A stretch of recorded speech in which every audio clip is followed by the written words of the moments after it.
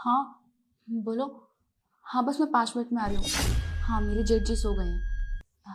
ठीक है बस 5 मिनट रुको। हाँ आज इस घर की छोटी बहू को रंगे हाथ पकड़ूंगा। ये जीपीएस मैं इसकी चप्पल में लगा दूंगा।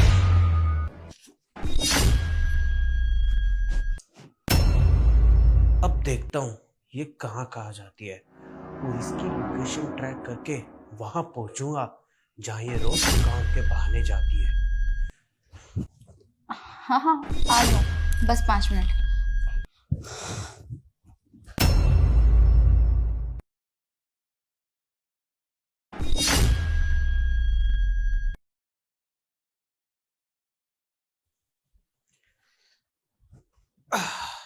देखता हूँ जरा वो इस टाइम पे कौन सी लोकेशन पर है।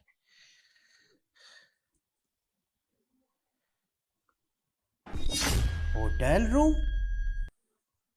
अच्छा, मेरा छोटा भाई शहर से बाहर जा रहा है, 24-24 घंटे इसके लिए काम कर रहा है और ये उसके काम पर जाने के बाद उसकी पीठ पीछे रंगरलियां मना रही है।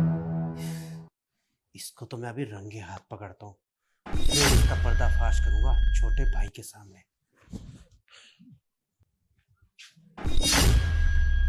बहू, अच्छा तो तुम मेरे छोटे भाई के काम पर जाने के बाद ये गंदे काम करती है हैं?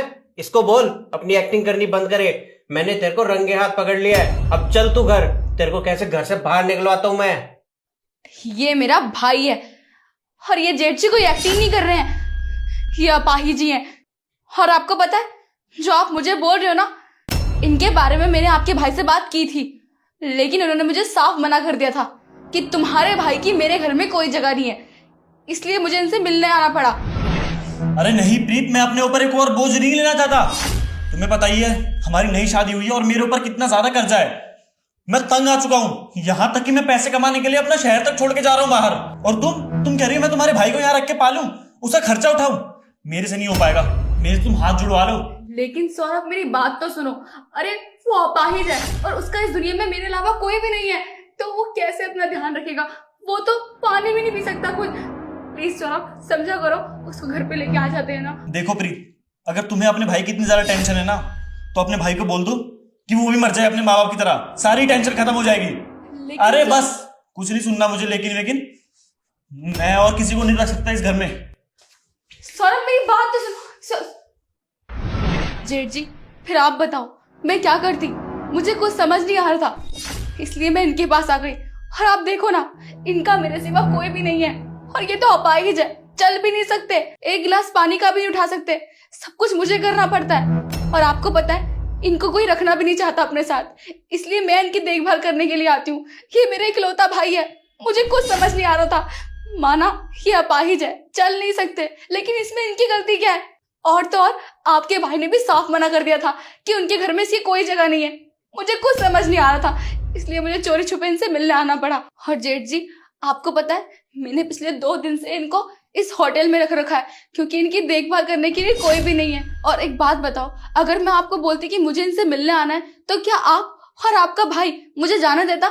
नहीं ना, इसलिए मुझे ये होटल बुक करना पड़ा ताकि मैं अपने पागल भाई की देख रेख कर सकूं, उनको संभाल सकूं, उनको खाना पीना ढंग से खिला सकूं। जेठ जी अगर इनको दवा टाइम पर नहीं मिली ना, तो इनका बचा कुचा पार्ट भी काम करना बंद कर देगा।